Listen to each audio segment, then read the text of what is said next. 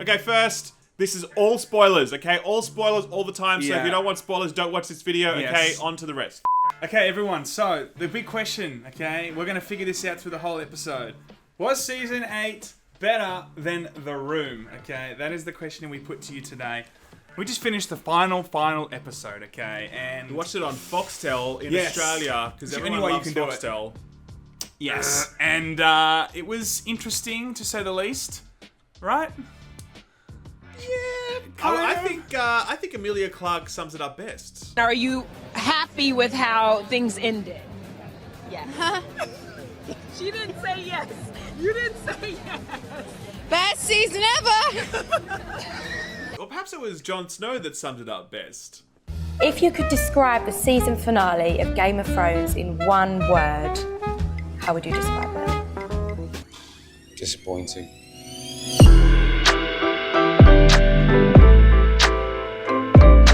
So, was that the drop? I think that might have been the drop. Okay, so the drop. This is post-drop, everybody. Alright, so we've been both watching Game of Thrones the last 10 years, okay? A lot of other people... Everyone's been watching Game of Thrones, okay? If you don't watch Game of Thrones, you're a loser, okay? So let's face it, we've all been waiting for that moment where we figure out who is on the throne. Now, first question.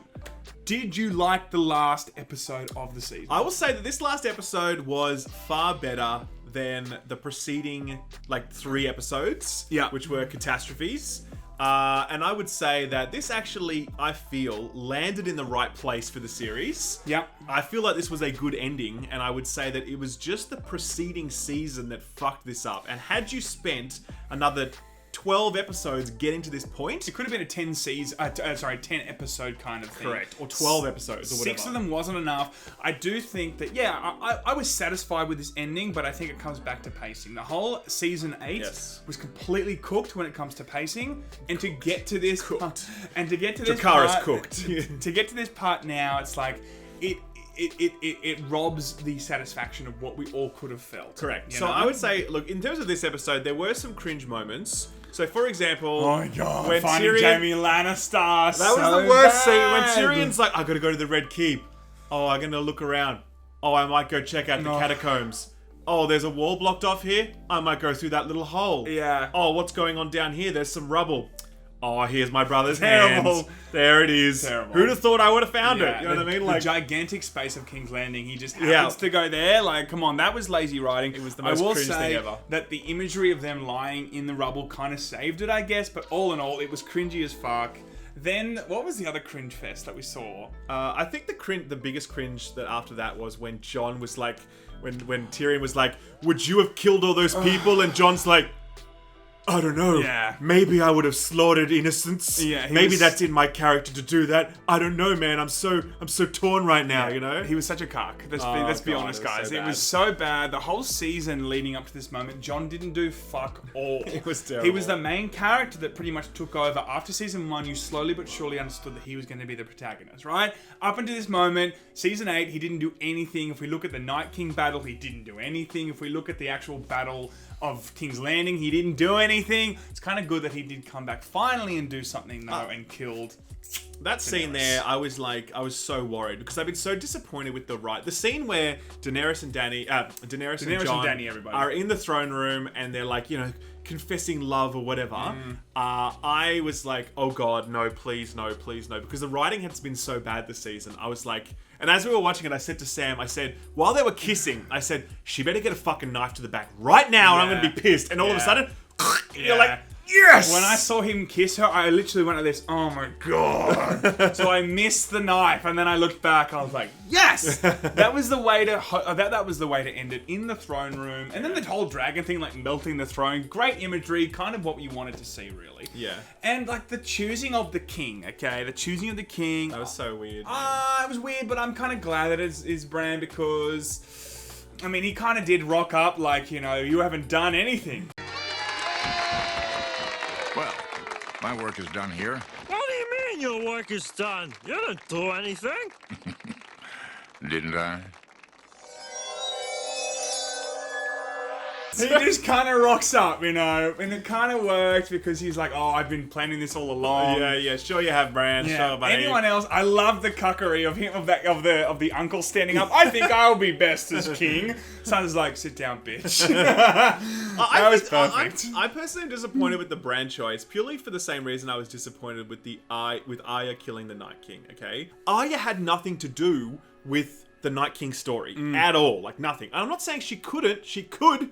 All right, I'm not going down that path. I was going to say, it's because she's a woman? It's because she's a woman. Ralph. That's right. She's a master assassin, trained 8 seasons to do it. She can do it, but it's like they didn't stop to think about whether she should do it. And she shouldn't have done it because it lacked a satisfying oomph. And I do believe Bran becoming king lacks the same oomph, where he spent his whole time over the wall, just becoming the three-eyed raven. Totally. During the Battle of Winterfell, he was just flying around doing random bird things while everyone was doing the fighting. He's just sitting in his chair, staring in the distance, and they're like, "Want to be king?" He's like, "Fucking finally! That's what I've been here the whole time for. I wasn't going to do anything. I just wanted you to make me king." I think that part I think kind of sucks. The whole message, though, was in fact, you know, he is going to be king because, you know, he's the one, of course, that doesn't want it the least. So I get that whole thing, but I think that anyone else in that, it feels like such a colossal journey. Someone needs to sit in that place that was slightly, you know, that stepped back the whole time throughout those seasons. That wasn't, in fact, shedding blood and shit. He's kind of the highest, I guess, out of all the other characters in terms of who would take that. I agree. I'm not super unhappy. I'm not like angry if they made like, you know, Podrick like a king. I'd be like, listen, okay, no, but you know, with Bran, it's like, I see it. Yeah, I wouldn't have wanted Sansa either. I don't like also how she's like, by the way, we're going to be independent. I was expecting Bran to show his kingsman-ness there. Kingsman-ness. I was expecting him to be like, listen, bitch, no, we're all going to be together. You can be a queen of Winterfell, but listen, the rest of us are all going to be together. He didn't do that. Yeah, I think that's the kind of storyline that could have stretched on for a whole season, that tension between them. But obviously, they needed to wrap things up. So everyone around that council was like, all right, we all have to swear fealty to this new king, but I guess you don't have to, you know? Yeah. So, I mean, that was wrapped up quickly, but I do like the way that the Starks... Ultimately, this is a happy ending, can I say? Because you've basically got the Starks ruling everything. You've got, like, Jon ruling beyond the wall. You've got Sansa ruling the north. You've got Bran ruling the south. And you kind of get the sense that Arya's ruling the seas as she goes out and like explores and stuff. Yeah. It feels like real spin-off territory for Arya, by the way. Like, I can see that. I would watch that show. 8 episodes. Like, what's Arya doing these days? But I feel like Jon Snow... And it just cuts back to Gendry every now and then, just sipping wine, just like looking at a picture of her like Wolverine, you know? Like, I feel like I look at this and go, well, I feel Jon Snow's story didn't wrap up exactly where I would have liked. He was the one that kind of, look, you know, going back to the wall, I feel like there was such a journey away from that. To return to that, I just would have liked to see something else. I would have liked him to be the Hand of the King. That would have been perfect. I think the way that... Hand of the King would have been great. Because Jon's life is defined by his honor and his duty, and he had to betray that in that moment. And so now he sort of lives as the Queenslayer, ostracized, having paid that price. You know, so there was no glory in his act of treason, so to speak. There was a consequence to it, and I actually personally like that. And I think if Jon was sitting on the throne at the end of all this, we'd be rolling our eyes thinking, so cliche. Yeah, I wouldn't have wanted him to be on the throne. If Jon could have died in a good way as well, we probably would have been okay with that. I thought I was going to say dinosaur. I thought the dinosaur. T-Rex was going to... I thought that the dragon was going to kill him. Yeah. Glad he didn't. Kind of weird to see the dragon just kind of fly away into nothingness. I like but that again, I know as well. You did say that you like that. Fair enough. But I kind of would have liked to see him, because he's also a Targaryen, kind of the dragon bend the knee to Jon kind of thing. Again, that would have been too fantasy, too cliche. I mean, maybe I get it. Either way, I would say that, you know, I definitely enjoyed this episode, despite the few cringe moments. I enjoyed this episode overall, and I do feel it landed in the right place in an authentic way. I don't think it redeemed the season, and in fact, there's a graph which I saw that. You see the graph? Oh my Yeah, god! Like the IMDb ratings tracked over the thing, and there's the other picture where the horse. Have you seen the picture of the horse? Drawing? No. Okay, we'll find it. I'll send you a link to it. It'll be the thumbnail. Yeah. But basically, I feel like this episode did not redeem that season, but I do feel like it was a good, solid finish to Game of Thrones overall. And if you had spent another 10 episodes, 12 episodes getting to this point and like putting the breadcrumbs along the way and closing things out properly, we'd all remember this really well. And it's just a really bad case of terribly rushed television. I think that, you know, if you look at season 8, there was only 2 or 3 episodes that really dropped the ball. The rest of it had that kind of pacing. Like the second episode and the first episode had really great pacing. Yep. The battle after the Winterfell also had, good pacing. So I think that if you really weigh up the whole season, I still think it's a bit of a meme.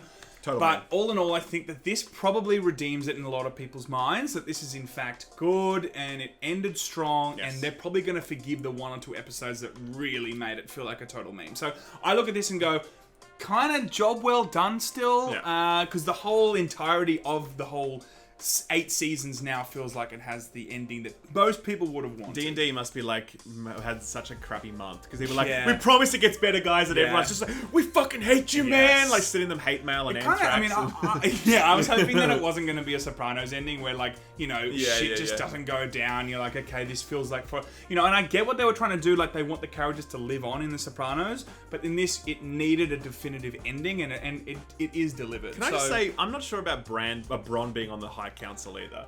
He just popped up out of nowhere. He's like, I'm the Master of Coin now. Oh it's my like, God. Alright, I guess. Dude, he completely betrayed Tyrion and everyone. He just was working for money. He was not supposed to be on the highest powers of the world. I mean, there was a deal where he would get Highgarden and stuff, and that's fine, but it just seemed really kind of token, like, we need to close out Bronn's story. Oh, I know, let's put him on the High Council. I think that the problem Small Council. Yeah, everyone's story on that High Council was driven by morals, and I really feel like everyone was wanting to protect the realm, except for what's his name? Just want to get paid, Bronn. Bronn, that's it. I even forgot his name already. He just didn't care, and I feel like the whole reason that scene was to show that everyone came from different corners, all wanting to serve the realm. And he was like, hey, by the way, I've got paid. Let's just continue doing the best job ever.